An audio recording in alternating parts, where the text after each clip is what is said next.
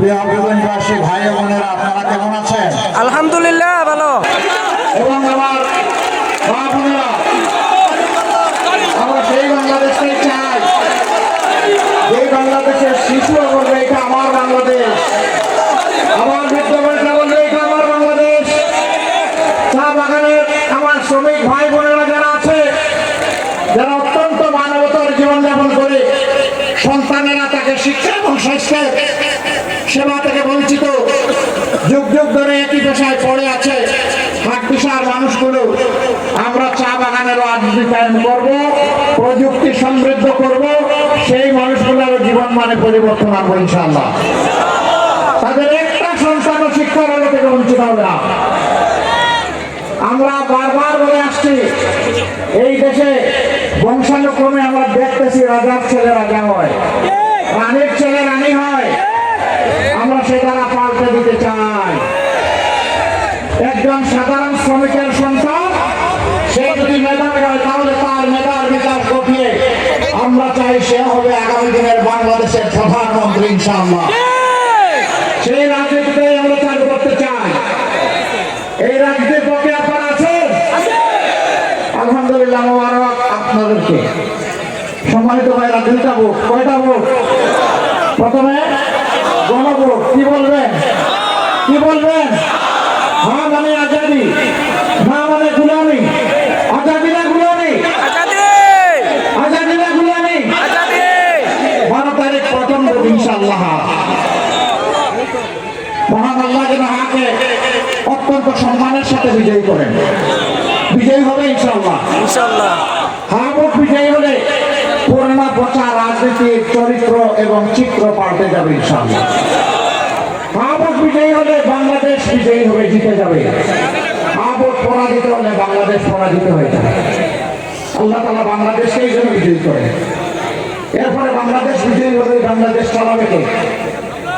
যাদের সৎ চরিত্র আছে, দেশের প্রতি দায়বোধ আছে, দেশের প্রতি অঙ্গীকার আছে, দেশ প্রেম আছে, যারা সামান্য বাতাসে দেশ ছেড়ে ফলায় না, এই দেশটা আপনারা চালাবেন ইনশাআল্লাহ।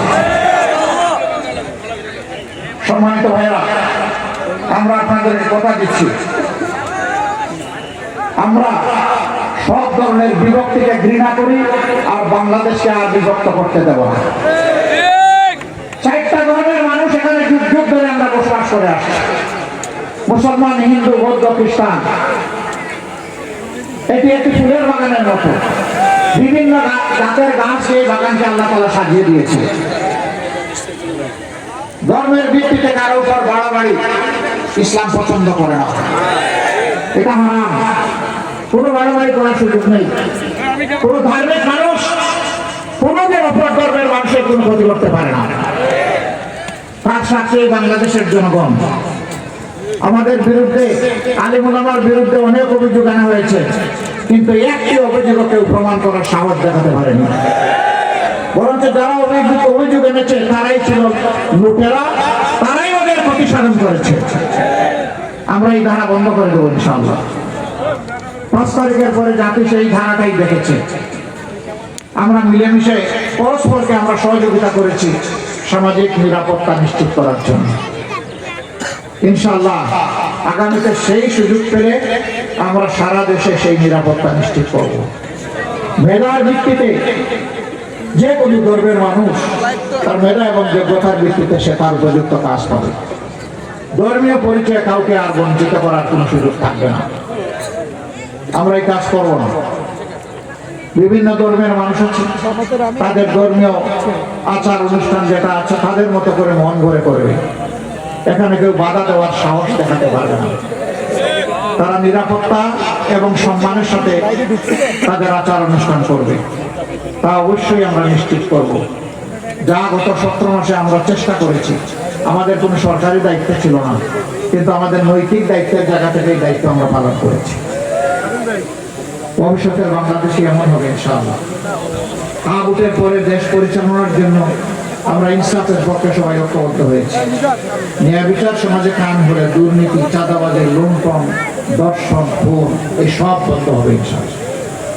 এই জন্য ন্যায় বিচারের প্রতি শুধু দাড়ি পাল্লা না, এবার 11 দলের যেখানে যে প্রতীক সেইটাই ন্যায় বিচারের পথ। এই হবিগঞ্জ জেলার 4টি আসন, 1টি আসনে দাড়ি পাল্লা, 2টি আসনে দেয়ালগড়ি, 1টি আসনে রিক্সা।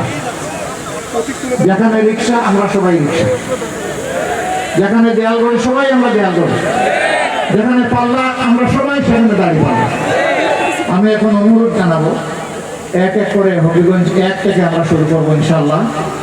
হবিগঞ্জ 1-এ 11 দলীয় নির্বাচনী ঐক্য, যেটাকে আমরা বলছি ঐক্যবদ্ধ বাংলাদেশ, এর পক্ষে যাকে আমরা মনোনীত করেছি তার নামটা বলুন।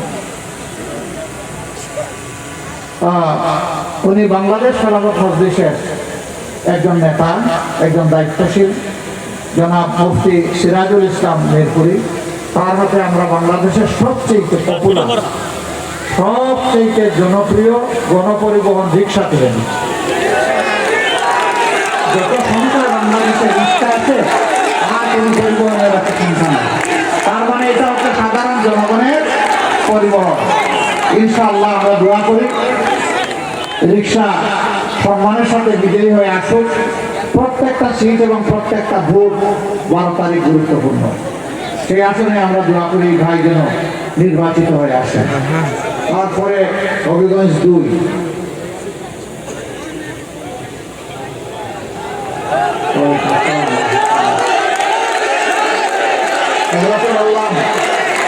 আব্দুল বাসিত আজাদ, তাকে আপনারা সবাই চিনেন। আলহামদুলিল্লাহ, ইনশাআল্লাহ গড়ির কাটা 12 তারিখ ঠিক মতো করবে ইনশাআল্লাহ। সকাল সন্ধ্যা গড়ির পক্ষে জোয়ার তৈরি হবে ইনশাআল্লাহ, এবং জোয়ার ইতিমধ্যে তৈরি হয়ে গেছে। এই জোয়ারকে বিজয়ের দ্বার প্রান্তে আল্লাহ যেন পৌঁছে দেন। এবার হবিগঞ্জ 3,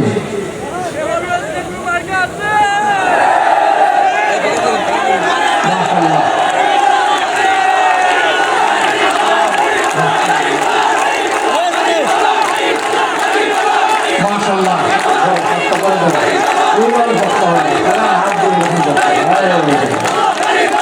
আলহামদুলিল্লাহ, ইনসাফের প্রতীক দাঁড়িয়ে পড়লাম, আমরা তার হাতে তুলে দিলাম।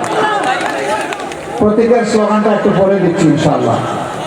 আমরা দোয়া করি এই আসনে যদি দাঁড়িপাল্লা বিজয়ী হয়, সন্ত্রাস দূর হবে ইনশাআল্লাহ, চাঁদাবাজি দূর হবে ইনশাআল্লাহ, মায়ের ইজ্জত সংরক্ষণ হবে ইনশাআল্লাহ, সকল ধর্ম দল মতের মানুষ নিরাপত্তা পাবে ইনশাআল্লাহ, যুবক